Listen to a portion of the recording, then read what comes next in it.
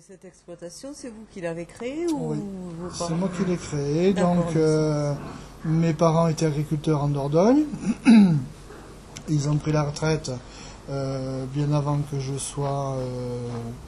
De toute façon, bon, c'était une petite exploitation qui ne pouvait pas être ni agrandie ni continuer dans l'état où elle était. D'accord. Donc, C'est une voilà. exploitation agricole d'élevage aussi? Oui, Ah oui, oui, oui. oui. Donc vous avez baigné dedans Ah tout oui, petit, oui, déjà. moi j'ai baigné dans les productions de qualité veau sous la mer, fromage frais, gavage. Ah oui, oui.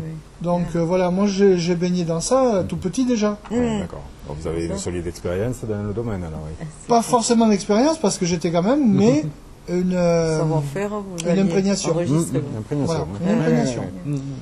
Donc j'ai travaillé 10 ans dans une banque qui était au service de l'agriculture à ce moment-là. Oui, voilà. Voilà. On connaît déjà, là. On sait de quoi Voilà. vous parlez, là, Et déjà. puis à l'âge de 30 ans, donc j'ai eu envie de mener mon propre projet. D'accord. C'était pas possible dans la banque à ce moment-là, donc je suis devenu mon propre patron. C'était ça en au trader. agriculture. Voilà, c'est ça. C'est exactement ça. D'accord. Donc voilà, Vous ne regrettez pas?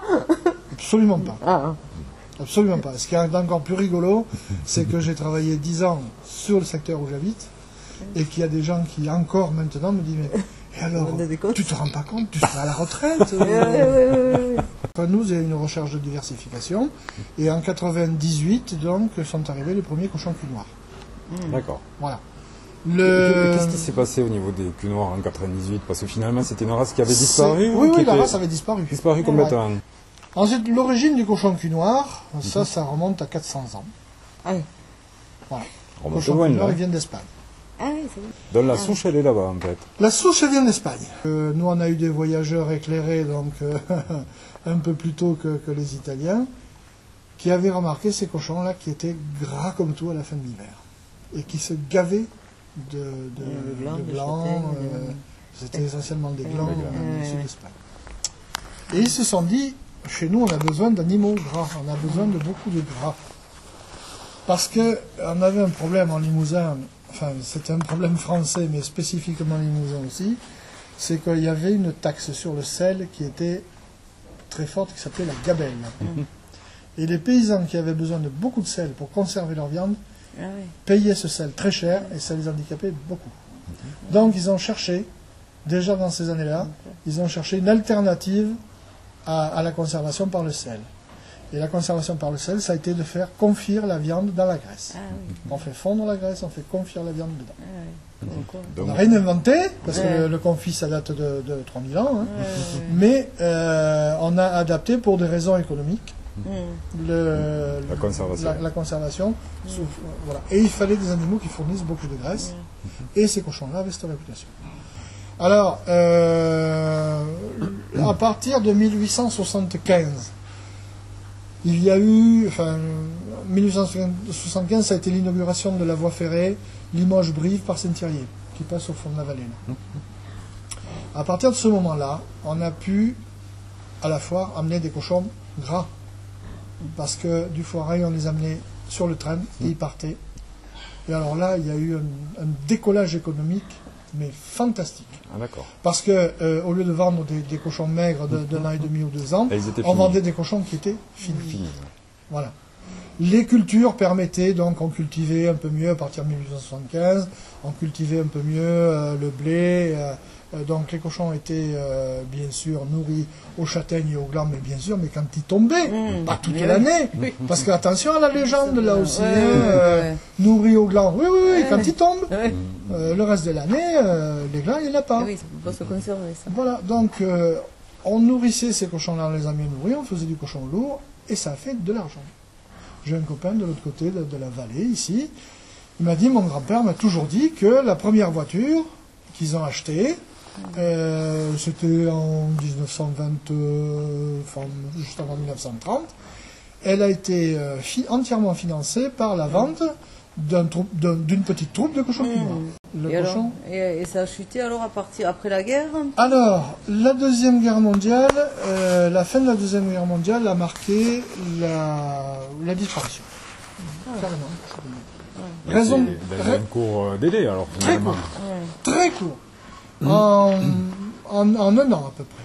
Oui, les exploitations se sont vidées de... Qu'est-ce qui- Alors, c'est il y a là. déjà eu, pendant la guerre, les prisonniers qui n'étaient pas là.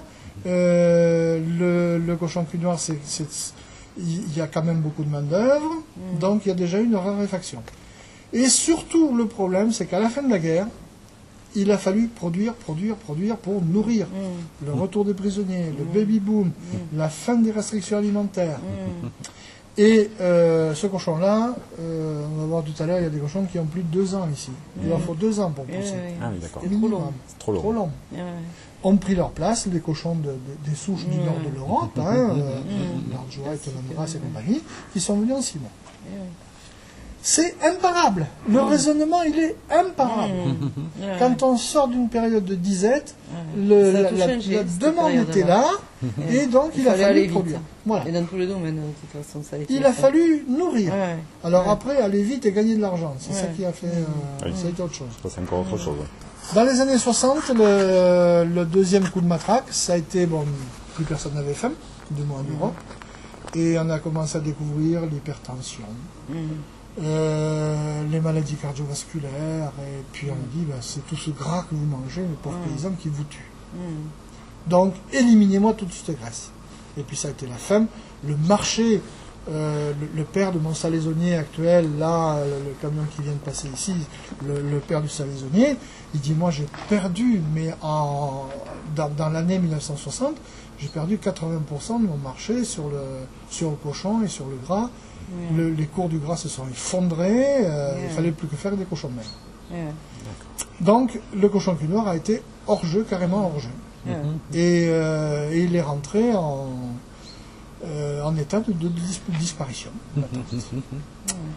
Alors après le retour, il a commencé à se faire à partir de 1981. 1981, il y a de nouvelles idées qui ont un peu fleuri. On a commencé à parler de biodiversité. Et alors la biodiversité, elle est partie d'un constat. À la fin de la guerre, il y avait 32 races locales de cochons en France.